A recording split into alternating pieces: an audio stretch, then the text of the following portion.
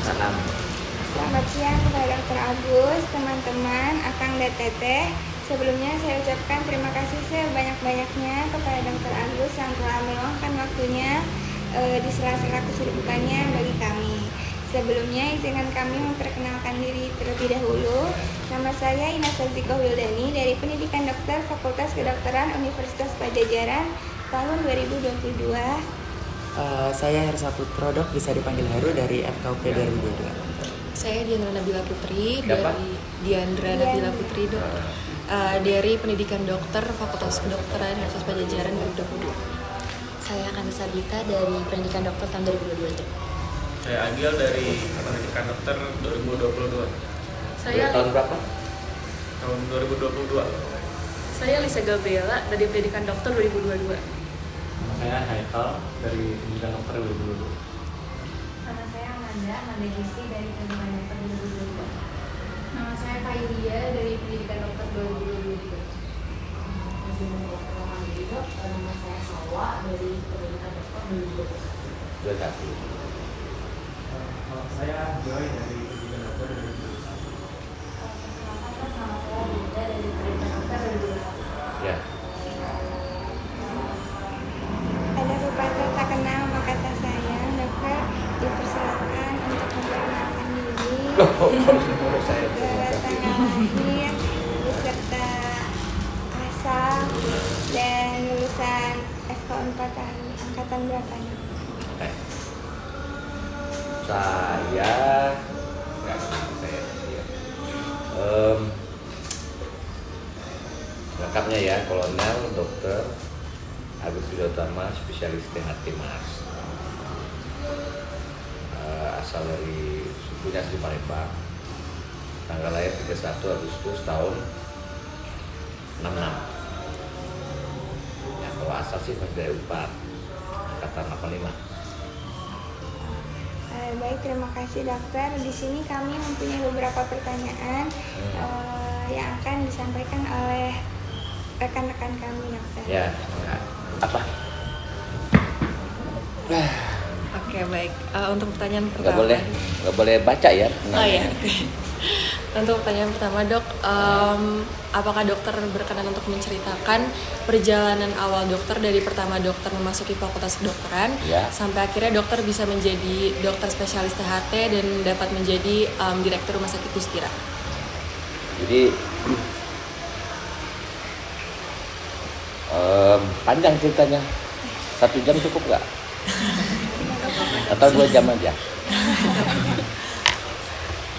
Saya masuk FK4 itu tahun 85, kemudian pada tahun 89 ikut program beasiswa Sukamilus Fuk Abri. Waktu itu tahun 89 itu angkatan kedua. Selesai saya pendidikan di Surabaya selama kurang lebih 6 bulan. Saya dapat pangkat Tenan 2. Kemudian kembali lagi ke Unpad untuk melanjutkan pendidikannya. Waktu pendidikan tentara itu saya sudah semester 7. Jadi balik lagi ke Unpad. Karena semester 7 saya tidak bisa ngambil semester 8. Sebab syarat untuk ambil semester 8 kan harus semester 7 dulu. Sehingga semester 8 ini saya ambil mengulang-ulang beberapa mata kuliah yang menurut saya kurang. Lalu kemudian tahun depannya kembali lagi ke semester 7, 8. Sehingga saat dulu saya terlambat 1 tahun karena program pendidikan itu. Selesai, jadi dilantik tahun 92. Kemudian penempatan pertama saya di Kostrat. Tahu Kostrat nggak? Pada nggak tahu ya, nggak ada anak tentara sih. Kostrat itu Komando Strategi Angkatan Darat. Nah, tepatnya saya ditempatkan di rumah Batalion 509 Jember. Ada orang Jember sini nggak? Enggak dok. Nggak ada ya. Jadi saya tahun 93 awal ditempatkan di Batalion 509 Kostrat, jabatannya dokter batalion. Dokter batalion 4 tahun di Jember, Karena memang kalau di Kostracur biasanya 3 tahun sekali dirotasi. Setelah dari Jember saya pindah ke Batalion 303 Cibuluh. Siapa orang Garut? Cikajang, Garut sana. Selama 2 tahun. Jadi jabatan saya dokter batalion itu selama 6 tahun, mulai dari Letnan 2 sampai Kapten. Karena tentara itu tidak peduli dia dari lulusan AKMI, lulusan Spanusul, harus mengembangkan karir, bisa khusus untuk kesehatan, bisa melalui jalur struktural atau fungsional. Nah, karena saya pikir waktu itu kenapa tidak masuk aja ini spesialis. Jadi saya ambil spesialis tahun 1909 berapa ya? 4 tahun 99 ya. 89 dan 3 ya 99 saya ambil spesialis, kembali lagi ke Unpad karena saya bukan tergolong orang yang cerdas. Kemudian karena etika pas-pasan, jadi saya harus kembali ke rumah saya kan di Unpad, jadi saya kembali ke Unpad, ngambil bagiannya. Bisa saya ceritain ya, kenapa saya ngambil THT. Satu, saya dari segi ekonomi karena saya tentara nih, saya merasa kalau misalnya keinginan saya itu waktu itu mau ngambil objin atau anak, tapi kalau objin pada saat itu ya harus butuh uang yang cukup. Saya perkirakan kalau saya ngambil objin saya akan sedikit tersentat-sentat perjalanan mengambil spesialis ini, sehingga saya tinggalkan objin. Akhirnya saya pilih anak, daftar, tapi ternyata di Kesehatan Angkatan Darat pada saat itu tidak membuka program pendidikan anak, sehingga saya cari lagi, akhirnya dapat THT. Jadi sebenarnya saya THT bukan keinginan saya awal kan. Tahun 99 sampai 2003, 4 tahun kan spesialis ya, 4 tahun di THT selesai spesialis THT ditempatkan lagi ke Makassar sebagai dokter spesialis THT di Rumah Sakit Pelamonia selama 5 tahun. Tadinya saya berpikir di sana mungkin di sana saya sampai pensiun, tapi ternyata dalam perjalanannya banyak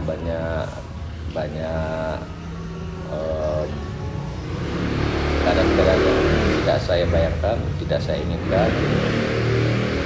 Akhirnya saya berusaha untuk pindah lagi. Saya ambil sekolah lanjutan di ketentaraan, namanya di Kelapa II, sekolah di Jakarta. Selesai dipindahkan ke Palembang nggak hafal ya rumah sakitnya di Palembang, nggak ada orang Palembang. Jadi di Palembang selama 2 tahun tetap jadi spesialis THT. Maksud saya jabatan saya cuma jabatan fungsional sebagai dokter spesialis THT di rumah sakit. Dari sana saya karena sesuatu hal ditawarkan untuk pindah ke jabatan struktural. Jabatan struktural itu ya komandan, kepala. Kalau mungkin ngerti, kalau misalnya fungsional ya kita cuma sebagai profesi kita apa. Kalau dokter spesialis THT ya cuma bergerak dalam bidang THT saja. Tahun 2011 saya dipindahkan ke Lampung. Di Lampung jadi Dandenkes ya, Komandan Detasemen Kesehatan Wilayah Lampung, membawahi Provinsi Lampung. Jadi di bawah Dandenkes ya itu ada satu rumah sakit, ada sekitar 8 selevel puskesmas ya, namanya 8 poskes. Jadi masing-masing kabupaten yang ada kodimnya itu ada posnya, ada poskes. Nah, saya sebagai komandan sana selama 4 tahun. 4 tahun di Palembang karena saya sudah masuk ke struktural, dipindah lagi ke Jakarta. Jadi Wakakesdam. Kalau saya sekarang kan Kakesdam.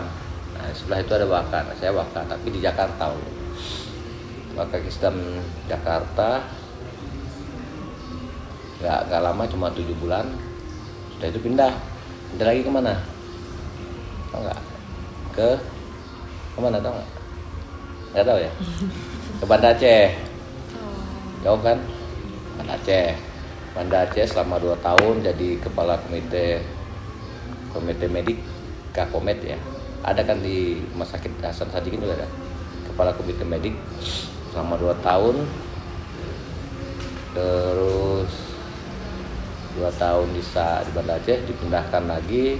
Nah, ini tadi yang bilang tadi Karukit Usira ya. Saya dipindahkan ke Rumah Sakit Usira selama 3 tahun.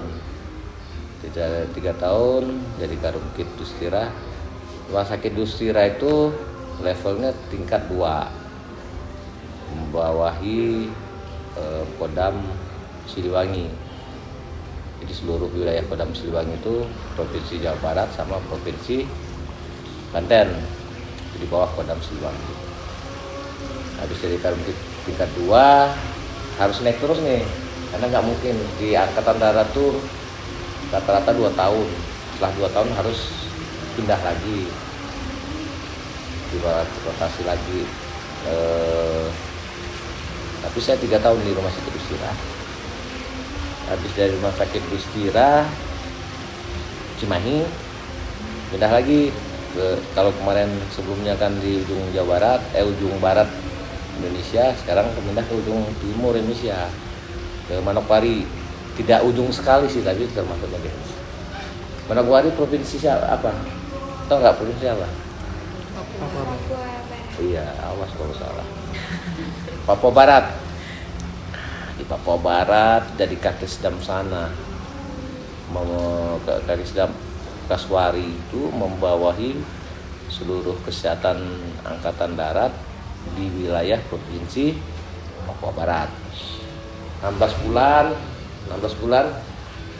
ada kebiasaan para Kakesdam yang di daerah-daerah yang kurang perkembangannya, Cendrawasih, Jayapura, Kaswari, Manokwari, sama Ambon, itu biasanya diulang di hair jabatan. Jadi saya di hair lagi dapat ya kesini nih. Sekarang Kakesdam 3 Siliwangi, jabatannya kepala, jadi kepala kesehatan daerah militer 3 Siliwangi, membawahi Kabupaten Jawa Barat sama Provinsi Jawa Barat sama Provinsi Banten. Jadi saya membawahi 5 rumah sakit. Rumah sakit Usira, Cimahi, Rumah sakit Salak di Bogor, saya tahu orang Bogor ya. Iya dok. Terus rumah sakit namanya Rumah Sakit Gunung semua nih. Rumah Sakit Guntur, ada yang tahu, di Garut. Kemudian Rumah Sakit Ciremai, nggak ada yang tahu, Cirebon. Satu lagi Rumah Sakit Kencana di Serang. Masing-masing 4 rumah sakit yang tadi itu karena ada korem ya. Jadi setiap korem di Jawa Barat ini mempunyai 1 rumah sakit. Rumah sakit selevel kalau pemerintah tuh tipe C atau tipe B, tipe C atau tipe D. Kalau Kodam itu punya 1 rumah sakit tipe B atau tipe A. Tapi Usira ini tipe B. Jadi tipe B itu tingkat 2. Ya itu udah. Jadi berapa kota? Jadi itu Jember. Terus mana? Palembang, Garut, 80. Udah Garut kemana? ke Sekolah lagi. Sekolah Habis lagi, sekolah ke lagi Unpad. masuk ke Semarang. Palembang. Pelamonia di mana? Makassar. Iya. Terus Makassar ke Ke Palembang. Palembang. Nah, berapa nih? 5. Oh ya 6. Ke Palembang ke Lampung. Ke Lampung ke Banda Aceh, Jakarta. Jakarta, Terus dari Jakarta ke Banda Aceh. ke Banda Jakarta Aceh, lagi, Cimahi. ke Cimahi. Dari Cimahi Manokwari. Ke 10 ya. Terakhir di Bandung. Jadi sampai sekarang udah 11 kota. Keren nggak? Bukan keren, sengsara. Apalagi nih? Motivasi dokter untuk terjun ke dunia kesehatan seperti yang kita tahu kan medannya dunia kesehatan tuh luas banget ya dok, terus kayak waktu belajarnya pun lama Iya. gitu. Itu apa yang mau Jadi memotivasi dokter? saya jawab tidak idealis ya, bukan tidak ideal, tidak seperti yang seharusnya. Saya jawab sesuai kenyataan ya. Saya tidak pernah berpikir jadi dokter. Ya mungkin sama aja ya, kita ini waktu SD, SMP, SMA pastilah ranking ya. Ranking. Kebetulan saya paling saya kuasai itu matematik. Jadi waktu saya SMP di Palembang, SMA di Bandung, pindah ke Bandung, SMA 14 Bandung, ada SMA 14 ini. Nah, pada saat penentuan waktu itu ada istilahnya apa ya? Yang langsung itu apa istilahnya? Jalur undangan gitu dok? Nah, jalur undangan. Nah, waktu jalur undangan saya milih sesuai dengan keinginan saya. Pertama MIPA ITB, nanti ambil kan matematik ya, MIPA ITB. Yang kedua balik sih, setelah MIPA ITB yang kedua MIPA 4. Tapi ternyata jalur itu tidak terundang, tidak lulus, akhirnya udahlah saya bilang terserah aja lah. Jadi sampai pada saat saya ngisi form untuk Spenmaru, dulu Spenmaru ya, nggak tahu sekarang apa namanya. Jalur tes tulis ya? Saya waktu Spenmaru 1 jam sebelum nul ini saya belum tahu ininya apa masuk apa, karena orang tua juga tidak pernah menyatakan kamu harus jadi ini, kamu harus jadi ini, enggak. Tidak ada dorongan dari keinginan orang tua juga mau dong jadi ini, jadi apa, jadi dokter ya, tidak juga. Jadi orang tua saya cuma memberikan kesempatan belajar seluas-luasnya, setinggi-tingginya, tanpa mendorong mau jadi apa. Jadi pada saat sudah ngantri mau cari tempat duduk, baru saya tanya sama teman-teman, yang paling top di 4 apa? Kedokteran, kedokteran. Yang paling top di ITB apa? Arsitek. Waktu itu arsitek ya. Udah. Jadi saya isinya pertama kedokteran 4, yang kedua arsitek ITB. Padahal kebalik ya. Harusnya ya mungkin sudah ditakdirkan saya masuk ke FK4. Ya itu. Jadi saya tidak pernah terbayangkan jadi seorang dokter, tidak pernah berkeinginan jadi dokter. Waktu sekolah pun tidak tertarik karena biologi termasuk yang paling lemah saya. Di antara mata pelajaran itu biologi paling lemah. Paling bagus memang matematik. Tapi sebenarnya juga sebelum Spenmaru saya sudah ikut tes STAN, sekolah apa ya, STAN sekolah tinggi akuntansi negara. sekolah apa? Sekolah tinggi akuntansi. Sekolah tinggi akuntansi negara. Saya dulu pengen sekali jadi STAN. Kenapa?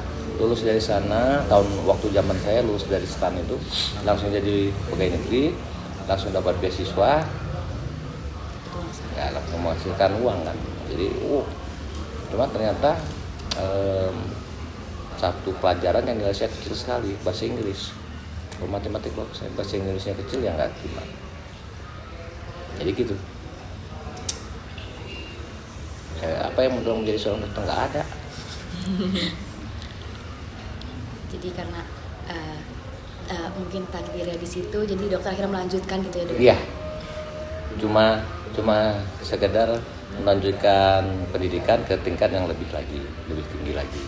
Soal pemilihan yang tadi, saya nanyanya ke teman sebelah saya, paling rank topnya di Unpad waktu itu ya sampai sekarang ya Unpad, rank topnya di DB arsitek, ya udah saya isi itu. Kalau misalnya nggak lulus ya mungkin saya bukan jadi dokter. Dah. Baik, terima kasih dokter. Ya. Pertanyaan selanjutnya. Izin Ih, bertanya dokter. ngepek ya. Kesibukan seperti apa yang dialami dokter saat menjadi direktur rumah sakit? Mau di rumah sakit ya. Pak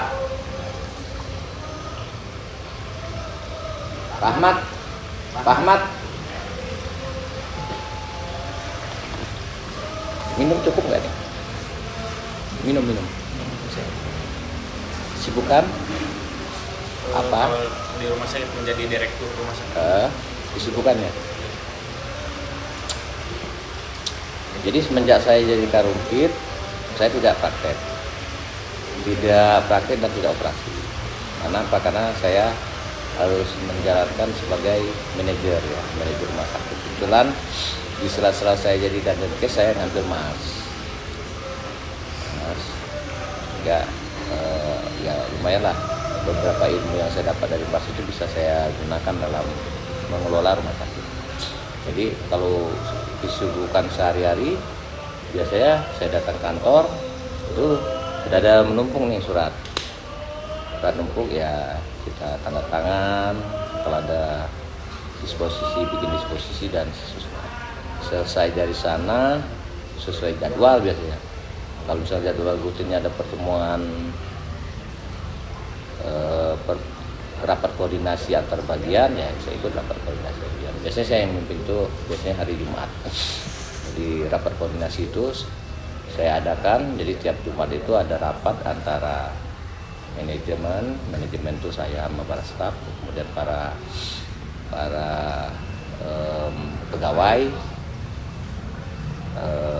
itu mulai dari para karu, kepala ruangan, kepala instalasi, kepala bagian, tambah dengan DPJP, divisi dokter.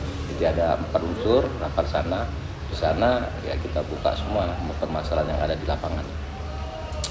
Sehingga kalau ada masalah dalam bidang keperawatan misalnya, bukan saya saja yang tahu, tapi yang lain juga tahu. Misalnya dokternya juga tahu, para kepala instalasi juga tahu. Sehingga jawaban pemecahan masalahnya lebih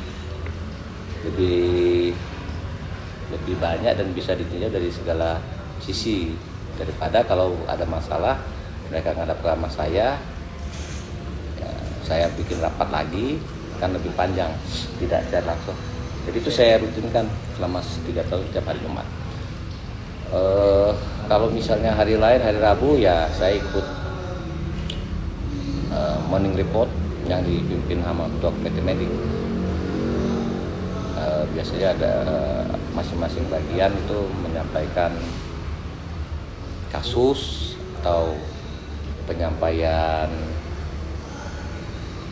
apa temuan-temuan yang terkini, atau dari jurnal-jurnal diserahkan pada masing-masing bagian. Misalnya baca kulit, hari ini ke bagian kulit, jadi menyampaikan apa yang mau disampaikan. Kalau hari Senin ya misalnya upacara, hari Selasa olahraga, hari Kamis olahraga. Jadi yang itu kegiatan rutin ya. Kegiatan enggak rutinnya, kalau selesai kegiatan yang rutin tadi, ya saya terus terang selama jadi Karumpit saya lebih banyak di lapangan, tidak di posisi. Saya lebih banyak di lapangan. Ada pembangunan pembangunan fasilitas saya ikuti dari awal sampai akhir, saya ke lapangan lihat, sehingga detail bangunan yang selama saya hafal.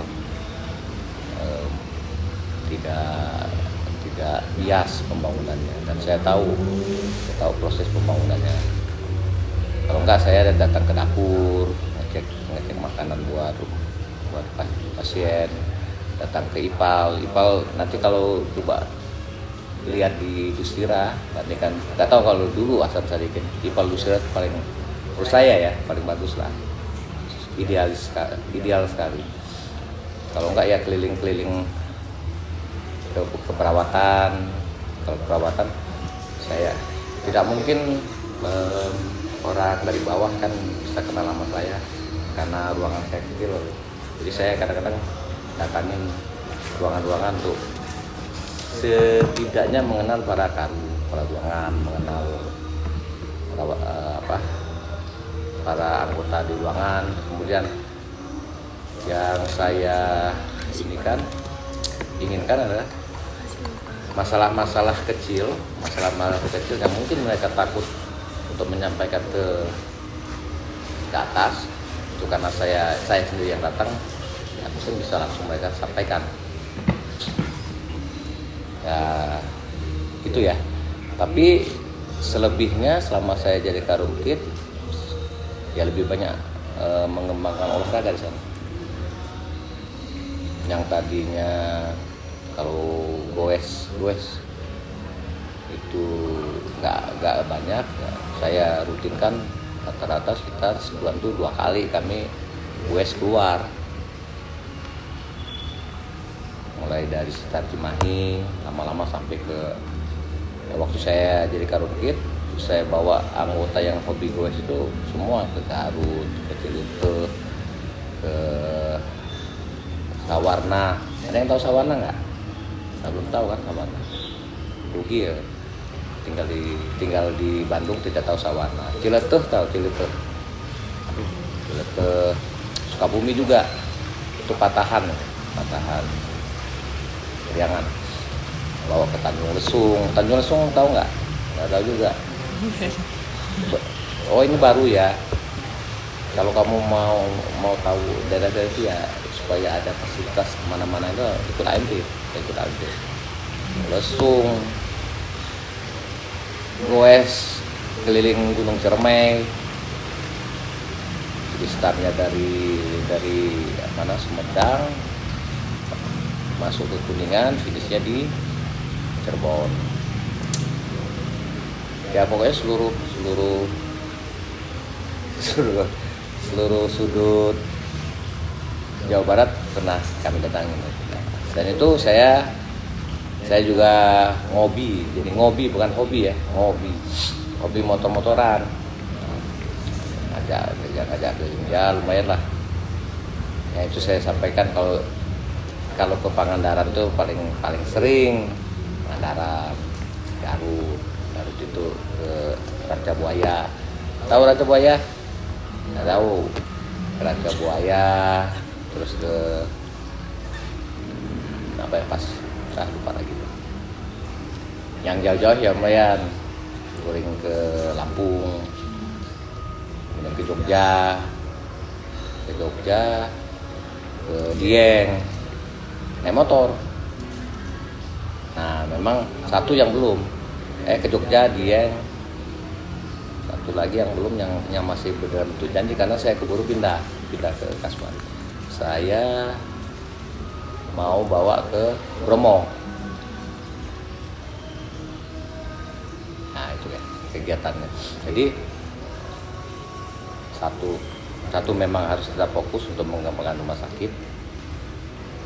Saya bangga, misalnya saya akan bangga kalau keluar dari rumah sakit saya meninggalkan sesuatu yang mungkin orang tidak orang tidak lupa bahwa itu bagian dari saya. Yang kedua ya selama saya di sana ada guna buat rumah sakit, buat karyawan, buat pasien. Yang kedua yang mengembangkan hobi. Makasih dok, Udah. Habis? Masih ada? Oh, ya. Izin bertanya ya dok. Ya. Dahulu apa yang memotivasi dokter untuk melanjutkan studi spesialis, apalagi THT dan MIRS? Tadi kan sebenarnya sudah disinggung ya. Iya, alasannya dok ya. Nah, jadi gini, ini yang lebih spesifik lagi ya. Iya. Jadi waktu itu saya kan pengen menjadi objin sama anak. Terus terang saya balik ke belakang. Semenjak saya jadi dokter, saya memutus hubungan sama keluarga. Dalam hal apa?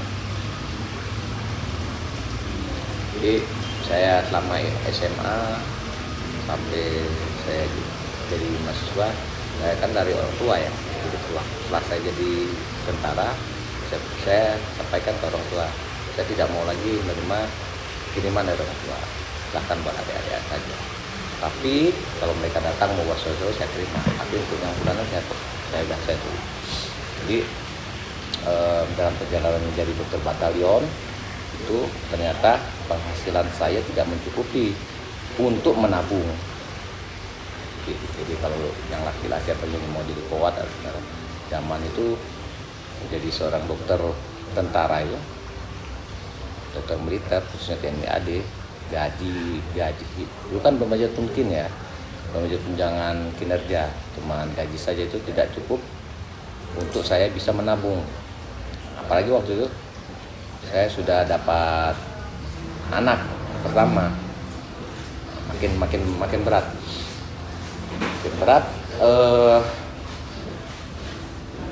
Ya selama 4 tahun di Jember itu saya hidup pas-pasan lah. Bahkan kadang-kadang kalau saya datang ke Bandung ketemu sama teman-teman yang sudah dapat di rumah sakit semacam, ya saya kadang-kadang minder. Mereka sudah bawa bir, saya masih mobil ambulan tentara. Apalagi waktu di Garut kan saya sering turun ke Bandung. Kalau lagi reuni ya mereka nanti kalian rasakan ya, 4 tahun 5 sampai 10 tahun pertama itu ada rasa bangga jadi seorang dokter, dan akan kita lihatkan kayak sama teman yang dokter maupun yang tidak. Nah, saya cuma bisa ngeliat kenapa, ngeliatkan saya datang pakai loreng, pakai bawa pistol, bawa senjata laras panjang, napang. Selebihnya nggak ada apa-apa. Jadi waktu dokter tentara itu nggak ada apa-apa. Jadi waktu saya di Cikajang,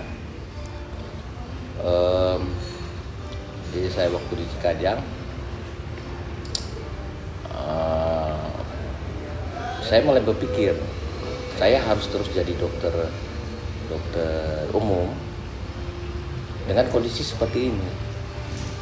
Saya baru punya anak 1, saya sudah terbata-bata, terseok untuk menjalani hidup. Akhirnya saya konsultasi sama komandan saya, komandan batalion, gimana ya, lebih baik kamu ambil spesialis. Ini salah satu motivasi, kamu ambil spesialis. Jadi motivasi utamanya itu, saya melihat kalau saya terus kayak gini jadi dokter batalion, dari dokter umum hidup menjadi seorang dokter militer yang baik dan benar ya, saya sampai yang baik. Artinya apa yang baik? Dokter yang baik ke masyarakat, ke pasien, baik ke atas, baik ke atasan, baik ke bawahan. Tapi benarnya apa? Kita baik memberi sesuatu itu dari uang yang halal. Jadi seorang dokter yang baik dan benar, jadi saya kemungkinan akan benar. Sehingga itu saya harus ambil spesialis. Saya pikir spesialis apapun akan meningkatkan derajat sosial ya, penghasilan, karena pasti apalagi di dunia militer kita sudah jelas dokter spesialis itu pasti di rumah sakit gitu. Pasti di rumah sakit yang kami sudah ada pangsa pasarnya. Jadi itu ya, kalau ditanya apa motivasinya, itu motivasinya adalah saya harus lebih bisa berbuat banyak nantinya buat keluarga. Itu saya bilang, saya jawab apa adanya, bukannya saya akan mengembangkan ilmu saya untuk dibaktikan pada bangsa dan negara, nggak kepikiran. Cuman itu ya, kalau saya hidup jadi dokter umum, kalau saya hidup jadi dokter umum dengan mengandalkan penghasilan yang resmi ya, saya mungkin ya waktu pensiun saya akan banyak banyak pindah dari rumah ke rumah untuk minta belas kasihan orang lain.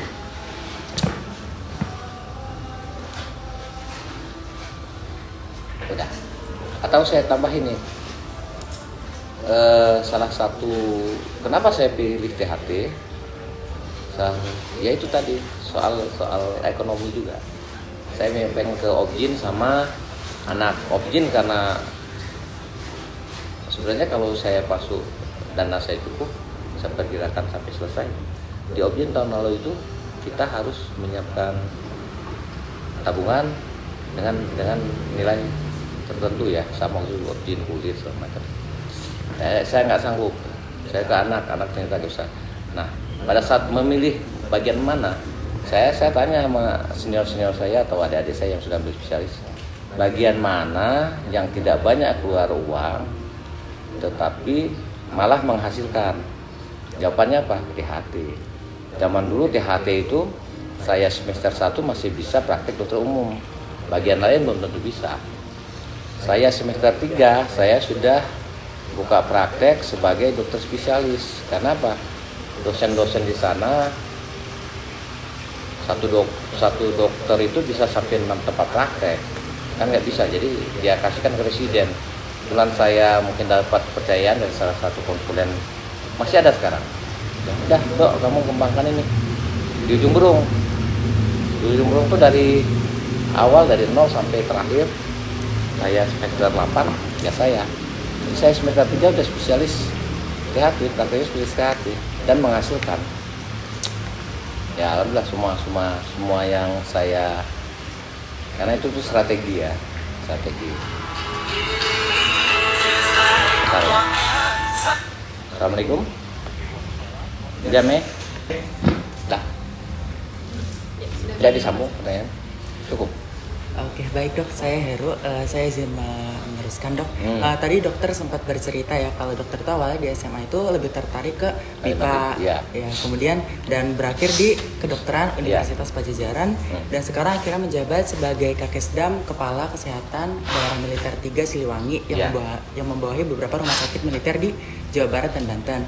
Nah, yang ingin saya tanyakan, mungkin dokter bisa menceritakan apa motivasi dokter dan bagaimana dokter bisa jatuh ke ranah militer dan menjadi dokter militer, dan mungkin dokter juga bisa menceritakan kepada kita semua apa sih perbedaan yang sangat signifikan antara dokter umum dengan dokter militer, dan mungkin juga kelebihan dari dokter militer ini sendiri yang mungkin kita semua belum mengetahui dok. Ya,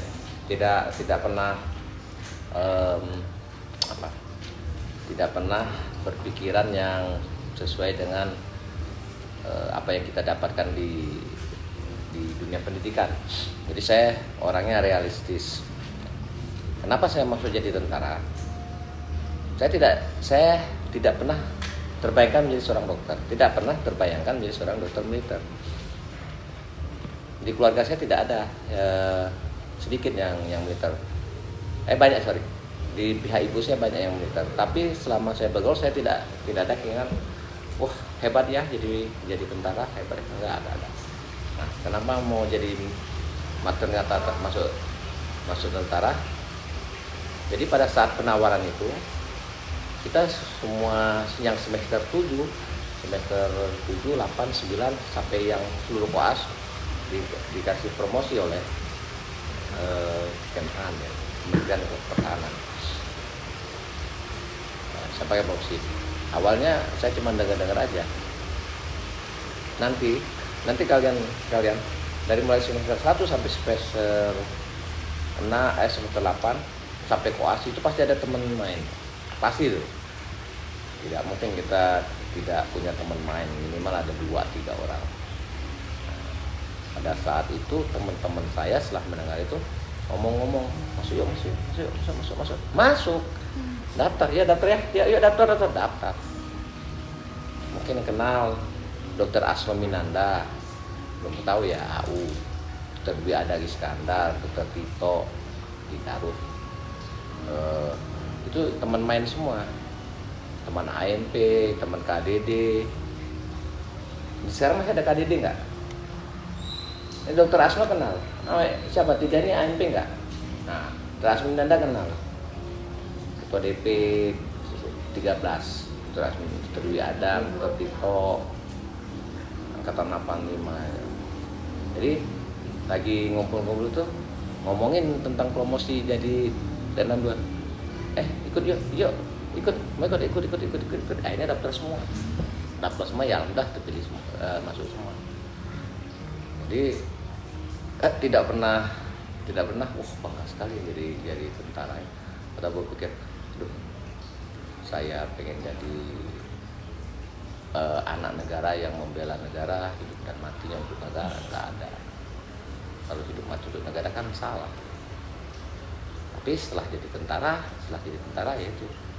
Setelah jadi tentara, dalam perjalanan jadi tentara ini, meskipun saya dokter, ada suatu doktrin ya, dogma itu masuk bahwa apapun terjadi pada negara ya kita harus siap. Itu yang namanya anak negara kan. Saya ini anak negara. PNS juga nanti anak negara. Jadi kita memang disiapkan untuk mengamankan, mempertahankan solidaritas atau keutuhan negara. Kalau kebanggaan, banyak sekali kebanggaan. Jadi seorang tentara itu banyak sekali.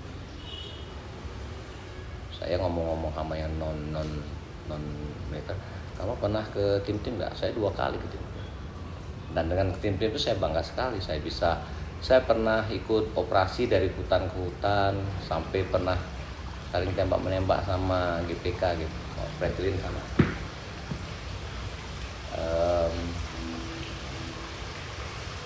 Dengan jadi tentara, saya pertama kali bisa keluar negeri jadi tentara, latihan di Singapura. Apalagi kalau misalnya ketemu sama teman-teman ya, teman-teman kita pakai kayak gini, pakai mana baret? Zaman dulu baret itu cuma kosrat sama pasus, yang lain topi bagong, topi perahu yang kecil. Jadi kalau lagi ketemu sama yang lain ya saya walaupun tidak ketemu nih, waktu masuk PPDS saja spesialis, mobil saya cuma mobil Hijet 1000. Teman seangkatan saya ingat ya apa ya, Karimun baru, terus Scarlet baru, satu lagi apa ya lupa. Saya ke Hijet 1000 tong yang kecil. Kalau hujan-hujanan, kalau panas. Tapi saya karena saya tentara, saya tidak ada rasa minder. Karena di tentara itu dididik, ditanamkan rasa kebanggaan sebagai seorang tentara. Ya kalau tentara kan yang penting bisa hidup, di mana saja bisa hidup.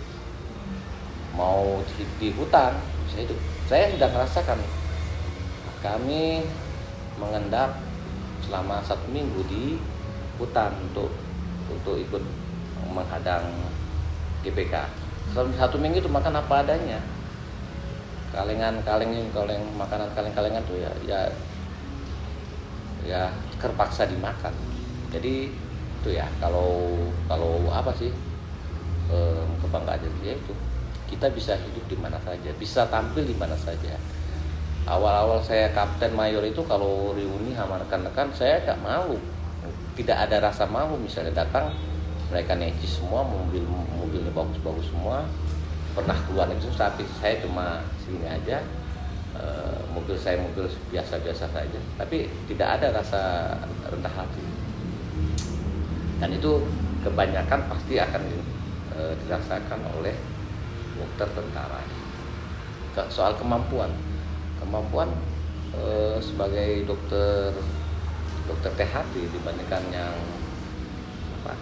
dokter THT yang bukan tentara ya nggak beda-beda ya. Karena kita punya pasien pasti, anggota istri anggota, anak anggota pensiunan tentara itu pasti akan berobat ke rumah sakit tentara. Jadi kita punya pangsa pasar yang tidak pernah akan hilang. Jadi ya saya dengan bisa bangga diri ketemu sama teman saya yang sesama THT di sini, dia masih menggunakan metode yang diajarkan di Unpad, tapi saya tidak, karena saya pernah di Makassar, saya dapat ilmu lagi dari guru saya yang pernah belajar di Australia. Saya dapatkan, saya ambil. Jadi pada saat ngomong-ngomong, mereka masih menggunakan apa yang didapatkan waktu jadi residen di Unpad kan. Tapi saya sudah tidak, saya kembangkan. Jadi bisa memodifikasi. Saya dapat ilmu dari Unpad, dapat juga dari Australia. Nah, sampai tingkat-tingkat yang sekarang, saya sudah jenjang kolonel ya. Kolonel itu jenjang terakhir, tertinggi dari ketentaraan. Kalau bintang, jenderal ini itu pemberian anugerah, bukan karir. Kalau karir itu kolonel. Nah, pada sampai tingkat level kolonel ini, kita kebanggaannya lebih lagi daripada menurut saya daripada yang sipil. Karena apa? Masing-masing akan merasakan jabatan yang selevel dengan kepala dinas. Kayak saya nih, saya ini selevel dengan kepala dinas kesehatan Jawa Barat. Teman saya belum sampai ke sana, saya sudah level sana. Kepala dinas kesehatan Jawa Barat Dr. Nina, tahu kan Dr. Nina ya? Itu angkatan 81, sementara saya 85. Saya sudah pada level yang pada tingkat 2 provinsi malah saya pegang. Kalau saya bukan tentara nggak bisa, karena persaingannya pasti banyak. Apalagi ya, yang lebih membanggakan lagi ini, saya ya ini tergantung dari bagaimana pribadinya ya. Dia perhatian nggak ke anggota macam.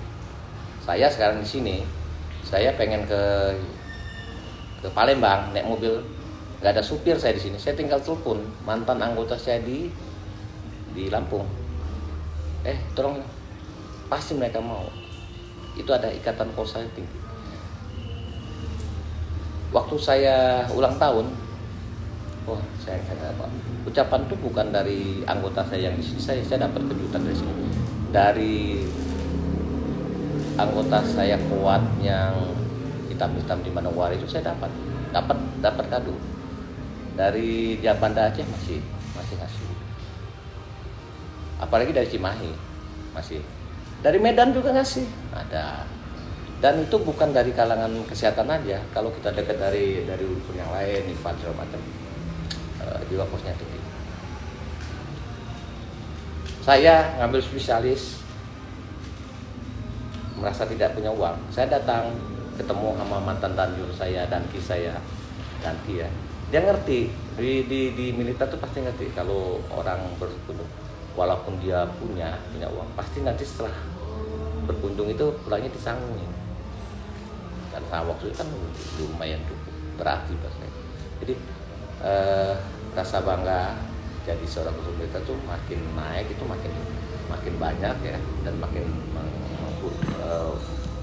buku sehingga ya merasa tidak rugi saya jadi seorang kepala militer. Saya punya supir, saya punya ajudan. Saya ini kakek sedang nih ya.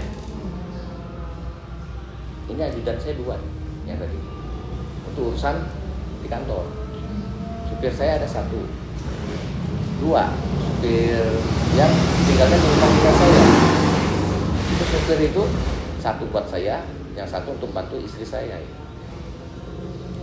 Coba bandingkan dengan misalnya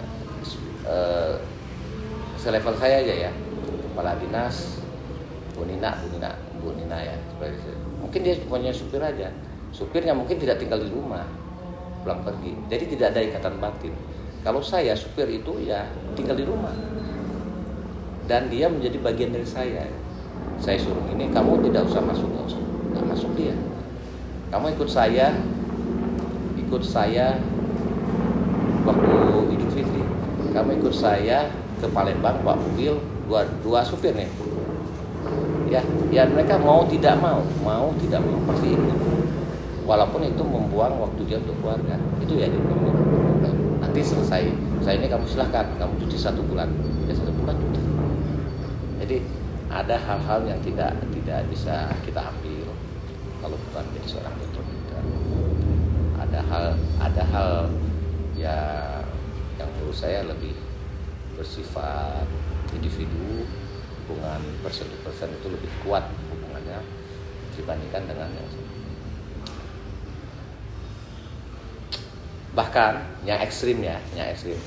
Kadang-kadang mantan ajudan kita, mantan anggota kita itu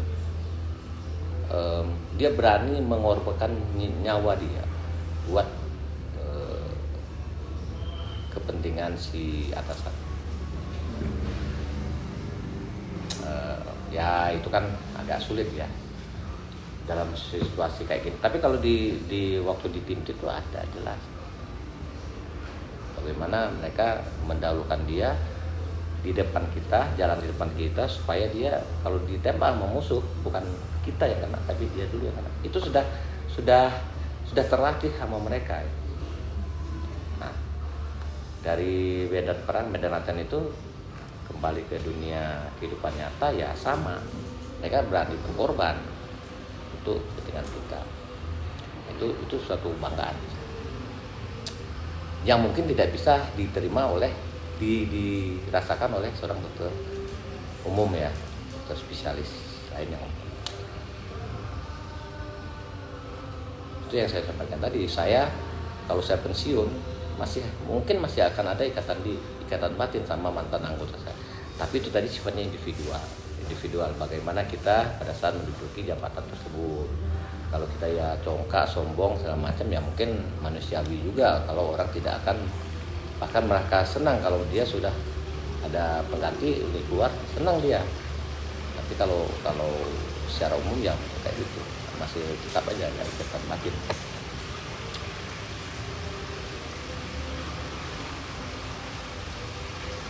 Baik dok, mungkin dari yang saya dapat ya, dari dokter sendiri mungkin menjadi seorang dokter dan bahkan menjadi seorang dokter militer itu bukan sesuatu yang dokter prediksi sebelumnya ya. Tapi dari menjadi seorang dokter militer itu bahkan dokter bisa mendapat banyak hikmah gitu. Mungkin dari rasa kebanggaan sendiri yang ditanamkan dari jiwa seorang tentara dan juga mungkin ikatan yang jauh lebih luas ya. Mungkin bukan hanya di rumpun kesehatan namun juga di rumpun militer juga. Oke, baik. Terima kasih dok, mungkin bisa diteruskan ke Mas. Sampai di sini. Loh kok cepet sekali? Baru 1 jam. Katanya kemarin minimal 2 jam. Jangan sampai di sini dulu, minum dulu. Ya, ditutup dulu ya. Ya. Terima kasih dokter atas segala ilmu dan berbagi pengalamannya kepada kami. Semoga pastinya akan sangat bermanfaat bagi kami semua dan memotivasi dalam belajar untuk kedepannya. Mungkin sekian dari kami semua. Terima kasih banyak dokter telah meluangkan waktunya. Terima kasih banyak. Wassalamualaikum warahmatullahi wabarakatuh. Waalaikumsalam. Diminum dulu ya.